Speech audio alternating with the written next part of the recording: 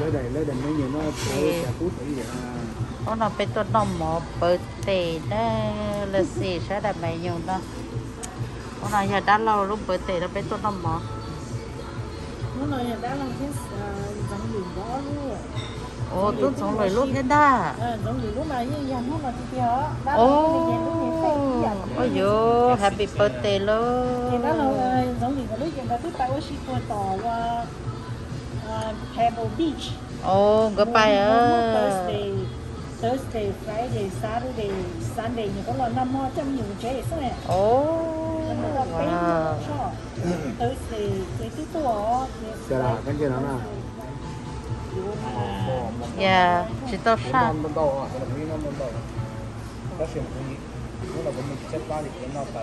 Nó nói là luôn lát phở là giờ lát phở xưa mà nó dài nhau họ nói tiền nói chỉ là nhẹ tôi nói nhẹ cái tiệc của chị Thái đã lo hết này đã lo tiệc của tôi hành này tôi nên sai đâu có tiệc nói giờ bữa tết thế này khác nói giờ lại luôn là cái ta tỏ rồi không chỗ đây là chỗ đây nè Two medium, one small. Medium, one small cho mà. Nó nói là outside. Bên đó là cho khổ cho con ba đó, giờ ba nó chỉnh sẵn nó mà con này. Nó đang này là lát xài con vậy. Small đấy, nhưng đồng. Để phát cơ đó. Thank you. Tại này là small. Ô, tận cái lọt cái liền à.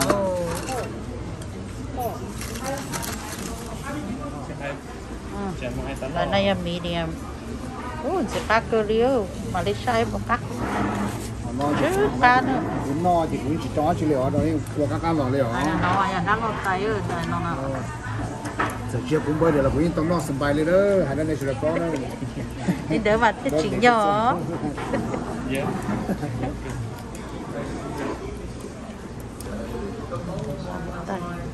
Sẽ phát cơ lý của tay là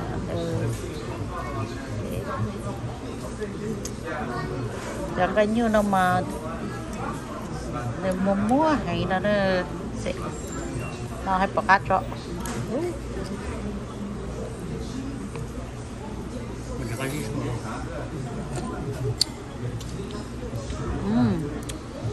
cho con sót không? Cái gì ở đây rồi nó? Cái gì chỉ có cái lấy mình đi ra chơi chứ mà. Nó cũng cái gì ok mà xin đi chụp cái.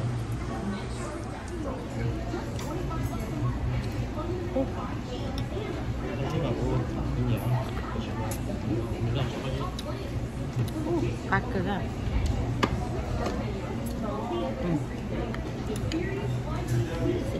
Cái này cũng đẹp. Cái nhiều nhỉ? Cái dao.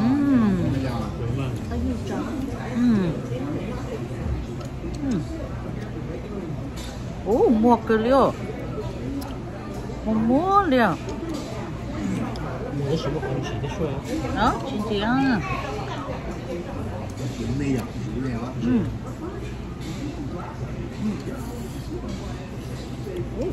Ăn cực.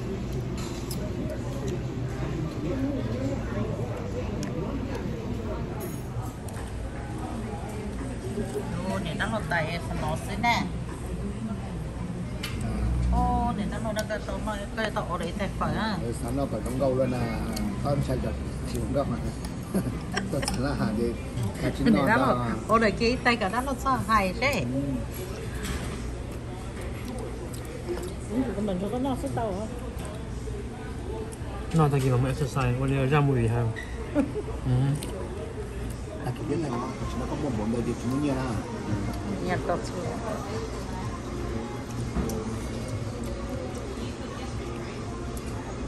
Mất tay con chó thì cao được quá hả?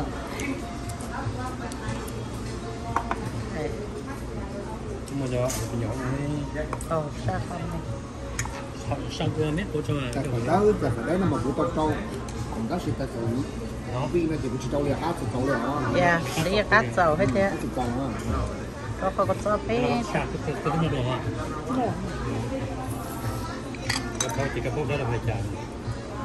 Nó có sao mấy này. Tự nhiên liệt thật xấu rồi. Giờ nó thấy mà, dạ thấy mình là nhóm trả ó, đừng cho lên trả ó. Để cho nó mới chắc là nhớ trong rồi.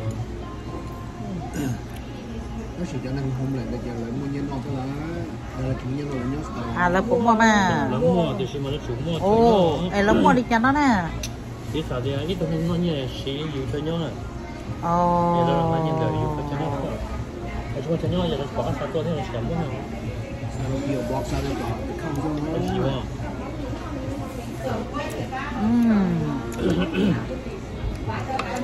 Ồ, chụp bao lên nữa. Bây giờ như là sport này cũng chỉ là sport. Được con đi, hột nát đi. không một cọc trong nào là không để có thể chụp không đượcฉันจะพูดด้วยนะเดี๋ยวจะย่อยพูดไปอ่ะ我跟你正式有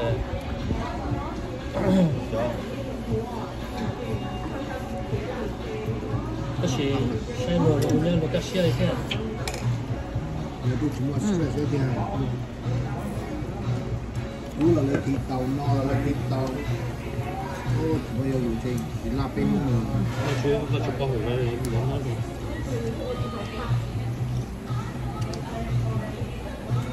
cho ngay mà sọt tịt tịt. Nhá.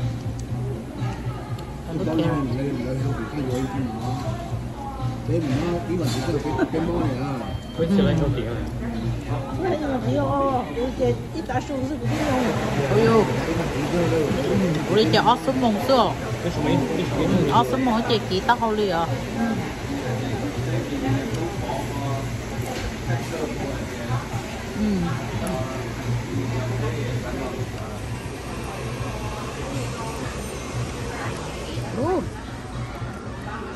Sai rồi nó thì xin nó chỉ ta theo. Giờ cái nhiều mông mua. rồi cái nó cái tài nó mà nó là small sao cái medium nó cũng small cái medium nó lọt rồi đó nhưng nó to nó sẽ là nó sẽ ra mặt phải lọt mà cái medium cái small cái medium cái medium Thế. Tao nói như lọt dầu á. bây giờ cái giống người này tao là sao phải không người đâu quan trọng được cái giống mình bảo cái này mới sợ cái giống cái này lắm rồi chưa cũng là giàu rồi này như này nó để tại lo extra lo được cái này tự tôi làm một cái này con nào Nó chỉ tạo. cái có tài xí tự kia Nó chỉ tạo. lúc tại lúc mà nó cái là cũng sẽ để cũng chơi cũng chỉ sáng nó nên mình cần phải lúc áp hai lên à chẳng có hàng đâu là cái lót không na câu cái những cái cái đó thế nào có cái thế nào Cái gì vậy? cái gì mà nó được rồi nó còn Yêu nó chỉ tạo luôn. Có tông của nó.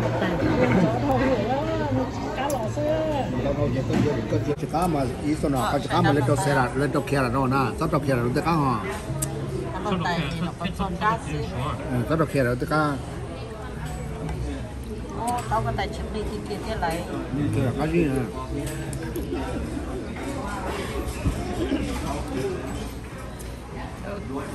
Yêu cho nên nó cũng nó luôn. Tay nó chỉ tạo đi spring roll with no shrimp only tofu veggie right? yeah veggie Another one right? yeah